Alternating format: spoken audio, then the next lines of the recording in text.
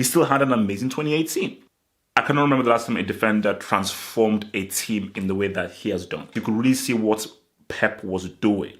Specifically, the path they took. Juventus, PSG, and Bayern. Double H. Double H. Double H.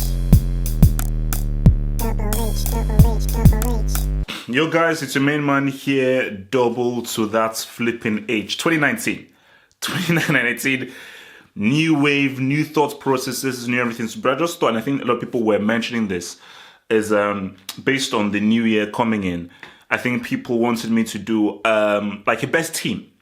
So I wanted to just do a bit more. So best team of 2018, best moments of 2018, and best achievements of 2018. And this was pretty tough. So I wrote it down on my Google Chrome, send the check for product placement. So really just thinking about this, I think what I really wanted to look upon was the 2018 year. Maybe giving a bit of extra weight into the World Cup, but not so much extra weight into the World Cup. So it's a combination of performance at the World Cup, the biggest competition in the world, and performance across the year as a whole, and whether you stood out in your position in the year. So I went with a 4-3-3. So because again, that is my favorite formation. Either that's or 3-4-3. Because whenever I go on Football Manager or most management games, the formation I always use is 4-3-3. That is my favorite for formation. I love that. And when I mean three, I mean three strikers, not one striker and two bloody dudes. In goal, David. I had to ride with David in goal. So De Gea is my keeper of 2018. If you take the World Cup to one side, where of course he didn't really have his best showing, and Spain definitely underachieved. In that given year, I thought he was amazing. Maybe Courtois and Schmeichel were better than him at the World Cup, but I just thought at the given year, I think he stood out. I think in the first half of 2018, he showed why you could argue he's one of the best keepers in the world. Even in the second half of 2018, where after the World Cup, he sort of like was a bit of on a decline, thinking about what he did in the World Cup. I still felt that he was still money. He was still money for United, and he's still, as a keeper, United's best player. So I just think that just some of the saves that this guy does, some of the impossible saves, like he saved against young boys, like there's one thing doing amazing saves. There's another thing of doing where no, that's a goal. That's the ball entered the net, but he's somehow like rewind time, did the bullet time, and actually retracted the ball away from the net. So De Gea is my getting goal. This is going to be controversial. Marcelo is my left back. Now, I understand the beef about him. He's crap defensively, not that good defensively. He's overrated, blah, blah, blah, blah. No Marcelo, no Champions League. Simple as that. Forget about the goal he scored against Bayern, the amazing goal he scored against Bayern at their crib. His importance to Real Madrid is huge. And I feel that what he did in that first half of 2018, specifically in the Champions League, the bigger club competition, I felt that was enough waiting to go over an Hernandez, a Robertson, a so forth, a Jessica Alba, and so forth. I just thought he was so critical to a historic Real Madrid third clack that, he gets it for me based on just his performance and his importance as a left back to a team like Real Madrid. Now, right back, I was in two minds. Because I thought Carvajal I still believe that at their best, Carvajal is the best right back in the world. At their best, Carvajal is the best right back in the world. But I'm going to go with Pava. The reason I'm going to go with Pava is World Cup. And it's not because I'm getting extra weight into the World Cup. I believe he was not a first choice right back. What he did to come in, along with Hernandez, what he did to come in. And you can call this cheap and so forth because you shouldn't just pick a moment. He scored the best goal of the tournament. An absolutely amazing goal in a crazy, crazy game. Perhaps one of the most exciting games. Man, that World Cup was amazing. Of the World Cup. So I'm going to give it with Pava just based on his amazing consistency as a newbie for France in that World Cup from game 1 to game 7. And of course, his outstanding goal that he scored. Central to defense, 100% Varane gets it. Varane, I just thought Varane was, again, first half of 2018, pivotal to Real Madrid's Champions League run, pivotal to France's World Cup win, was one of the best players at the World Cup, was definitely one of the best players in the Champions League campaign, and just showed why he is the future of the Real Madrid defense. Now, his partner, I am stuck here, because this really is about first half and second half. Because I look at Umtiti, and I look at how well he did for Barcelona in the first half, and I look at how well he did in the World Cup to an extent. I've got Koulibaly, who I still believe all around is still the best defender in the world. But you could look at Van Dijk and what he did in the second half. And I'm going to go with Van Dijk. And the reason I'm going to go with Van Dijk is I just feel that Van Dijk's second half of 2018, I think, exceeds Umtiti and Koulibaly as well. I just feel that I cannot remember the last time a defender transformed a team in the way that he has done. I can't remember. I literally can remember how a defender has totally changed a team. And I've never remembered a defender to have that much of an effect on a team like the way Van Dijk does. So I think, for me, my central defense, Van Dijk, Varane. My midfield, I'm going with a 3. I think the DM is easy. He's the best DM in the world. He's the most versatile player in the world. If you want him to be pregnant, if you want him to be an astronaut, if you want him to be a homemaker, he can. He can do anything. N'Golo Kante. I think throughout 2018 he was amazing. Despite Chelsea's struggles, Kante arguably may have had the best 2018. Chelsea's struggles under Conte. Kante still did his bid, still did his thing as the DM stroke box to box. And I think, you still say he was very influential in them winning the FA Cup. World Cup, without Kante, France don't win the World Cup. Kante was the glue. Even if he had a tough going in the final, everything he did up to the final was money. Without Kante, Kante was the glue. Without Kante, Pogba isn't able to do what he does. The front isn't able to do what he did. Kante was just that glue that just brought everything together. So he was fully critical. And again, new system, new coach in Chelsea in the second half of 2018. He shows like, look, you want me to be box to box? You want me to do something in the final third? Yeah, I can do it. I can score an amazing G against Man City. I can score the winning G against Palace. So for me, easily Kante. There's an argument to be made that Kante has had the best 2018. Based on working with 3 different managers, an argument can be said that he has had the best 2018. Modric. Got to roll with him. Again, no Modric, no Champions League. No Modric, no Champions League. Modric was critical. I think his coming of age was what he did at the World Cup. And I think despite of the second half and under the new coach Lopetegui and Solari, he was so exceptional under Zidane, so exceptional under I think is it Dalic and the Croatia team that I just think he just showed, and deservedly so. I'm not doing this personally. Deservedly so. He deserved best World Cup player. He deserved Ballon d'Or. He deserved UEFA Men's Player of the Year. He just had an absolutely quality, amazing bulk of a 2018 in how he led Croatia to a World Cup final and how he was able to be influential in the Champions League and was the best player on the pitch in the Champions League final second half. Now, this was a tough one, thinking about my third midfielder. Because I was going to go with Casemiro, but I said, wait a minute. 100 points, broke all those records. Who was critical to that success? De Bruyne. De Bruyne has to be in this team. He has to be flipping in this team. I just think that De Bruyne, it was an amazing team effort. An amazing team effort. But I just thought that what De Bruyne did was amazing. Absolutely amazing for what De Bruyne did. And I just think that he really showed that how versatile the midfielder he is. He can play the 10, he can play the 8, he can play both flanks. He can be the playmaker as well. He can be the counter-attacking man. He just how fluid and how malleable he's in our midfielder shows just how of a special talent he is. Mourinho, what the hell were you thinking?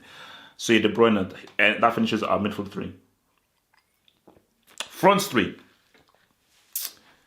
This was tricky. This was a tricky-ish one.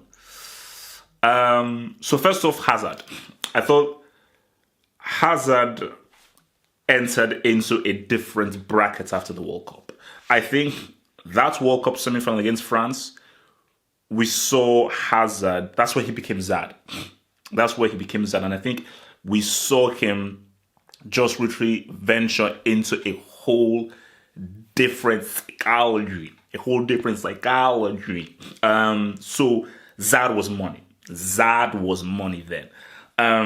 So, and I just thought just what he did for Belgium, even what he did under Conte, under duress, and what he's doing right now in the second half, how he's literally individually carrying a team as an individual is unlike any other team in the top tier. There's no other team in the top tier that has one man carrying a team that ain't that great. So, for me, Zad definitely gets into my front three. I'll probably put him on the left-hand side.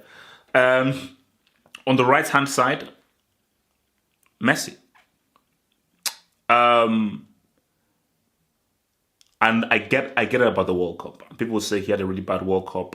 And I don't like to cop plays like, Sampaoli, I'd like to cop plays. But I just felt that what he did for Barcelona was enough to outweigh how he flopped at the World Cup. I just thought that Messi is playing the best football of his career. As crazy as that might sound, I get the 91 goals in a calendar year. The football he is playing, he's currently the top scorer in La Liga right now.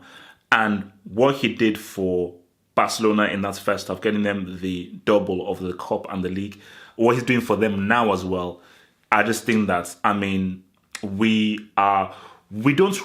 think we really fully appreciate what this guy is doing as a football player. Forget the World Cup and the team and this and that. He's only in a one team. Playmaking, creating, free kicks, goal scoring, points guard, holding the ball, what he does over 90 minutes, his influence over 90 minutes. This dude is insane, and he just keeps on raising his level. Within every single year, Messi keeps on raising his flipping level. So I'm sorry, he's definitely been one of the best players in the world. And I just thought he still had an amazing 2018. Still had an amazing 2018. And so for my other striker, I've got to roll with Salah. I've got to roll with Salah. He had an incredible year. A record-breaking season, an amazing season that he had. For Liverpool, literally just one of the great individual accomplishments of last season. Egypt, he did the best he could. He still scored. And he still did the best he could coming back off of an injury. And it was unfortunate that his season ended the way it did, in the manner that it did in the Champions League final. But even as well, I thought, I was saying one season wonder and so forth, 15 max. Hey man, the guy's G'ing up. The dude is G'ing up. So, and the guy is he's still picking up where he left off, being clutch, being money. Look at what he did in that Napoli game. So for me, he definitely has to be the striker. So there we go. That is my team. That's my 4-3-3 team. I know people will say, why didn't you put in Cristiano? People talk about Toni Kroos. People may talk about Courtois. People talk about Schmeichel. People may even say, what about Robertson and so forth? Maybe say Alba. But that's my team. I stand by it. I live by. People talk about Mbappe, talk about Neymar. I look at 2018 because I think for Mbappe he's been money, and I think Mbappe had an amazing World Cup. But I'm just trying to find the balance of what you did throughout the year and what you did at the World Cup. And sometimes did what you did throughout the year, was it so good that it's able to offset the World Cup in the case of like a Messi and a Salah, where they didn't have superb World Cups, but what they did in the year was just so astronomical, it's outweighed. So that's my team there. Now, best moments of the year. The moments of the year. For me, it was actually strangely simple for me. Mbappe versus Argentina. I remember watching it in a pub, but the pub actually had quite a lot of French people around. And there was just something where you felt that we were witnessing a moment.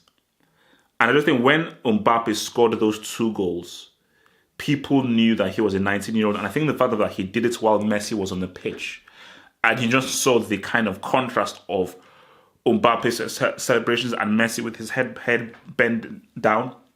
You really thought, oh, no. This is definitely an amazing, special moment. We're looking at a literal prodigy, which is what Mbappe was. So I just don't know for that. I just don't know that was very, very, very special indeed. So for me, that is definitely my moment of the year, was Mbappe's performance against Argentina at the World Cup. Achievement, this was very tough. And I've got a 3-way tie. Salah's goal tally in the Premier League, Croatia reaching a World Cup final, and Real Madrid reaching their 3rd Champions League. Guys, those are three amazing achievements.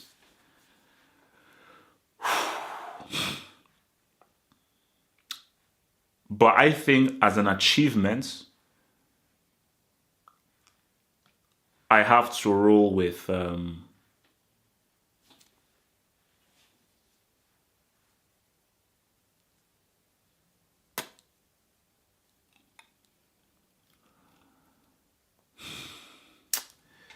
I've got to roll with Real Madrid. Literally, before I recorded this, I was rolling with Salah's goal tally. I said, no, look, man, scoring those amounts of goals, crazy, the way that he got those goals and everything, I was rolling Salah's. But then I said to myself that this, you see, if it was Real Madrid defending it, I'd have gone with Salah's goal tally. Those 3 Champions Leagues in a row, I'm sorry, and I think specifically the path they took.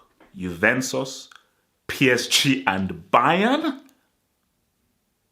Juventus, PSG and Bayern, 3 of the strongest teams of the respected leagues, for them to go through all 3 of them. And also Liverpool, when not a breeze. You know, yes, fair enough, Salah wasn't playing because he got injured, but still, I just felt that that's, for me, a home run. So for me, yeah, I think the achievement has to be Real Madrid getting their 3rd Champions League. I almost forgot, best manager of the year. Manager of the year. 2-way tie between Zidane and Pep. 2-way tie. But to show you that I am in fact objective, as great as what Zidane did with Real Madrid, I'm giving it to Pep Guardiola.